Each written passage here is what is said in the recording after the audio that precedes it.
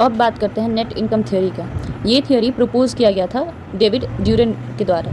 David ड्यूरेन ने इस theory को मार्केट में लाया था, ठीक है। इन्होंने सजेस्ट किया था कि किसी भी फॉर्म का वैल्यू तब बढ़ता है जब उस फॉर्म का जो डेट है, जो भी डेट का पोर्शन है उस फॉर्म में, वो डन इंक्रीज़ करते हैं कैपिटल स्ट्रक्चर में, तो average cost of capital decrease होगा, क्योंकि कॉस्ट ऑफ कैपिटल जो है वो डेट पे फिक्स होता है और इक्विटी पे हम डिविडेंड के हिसाब से रिपेमेंट करते हैं, ठीक है, शेयर होल्डर्स को।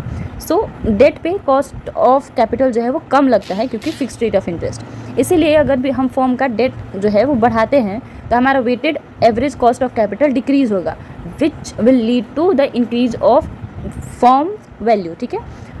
कॉस्ट ऑफ कैपिटल इंक्रीज होगा तो फॉर्म की वैल्यू इंक्रीज होगी। So this is the net income theory. इसमें कॉस्ट ऑफ डेट जो है वो कम लगता है, इसीलिए weighted average cost of capital जो है वो डिक्रीज़ होता है और फॉर्म की वैल्यू इंक्रीज़ होती है। इसके कुछ अजम्पशंस भी हैं, वो ये हैं कि कोई एक्स्ट्रा कॉर्पोरेट टैक्स पे नहीं करना है, डेट पे जो है वो जो इंटरेस्ट है, फिक्स रेट ऑफ इंटरेस्ट, वो इक्विटी से कम नहीं होना चाहिए, और बिजनेस रिस्क जो है वो कांस्टेंट है, कोई चेंज नहीं आ रहा है बिजनेस के रिस्क में। और जो इन्वेस्टर्स हैं, इंटरनल इन्वेस्टर्स हों या एक्सटर्नल इन्वेस्टर्स हों, उनको सेम इन्फॉर्मेशन प्रोवाइड किया जा रहा है, ताकि वो जो इन्वेस्ट कर रहे हैं कंपनी में उनको सेम इन्फॉर्मेशन मिल रहा है, ठीक है।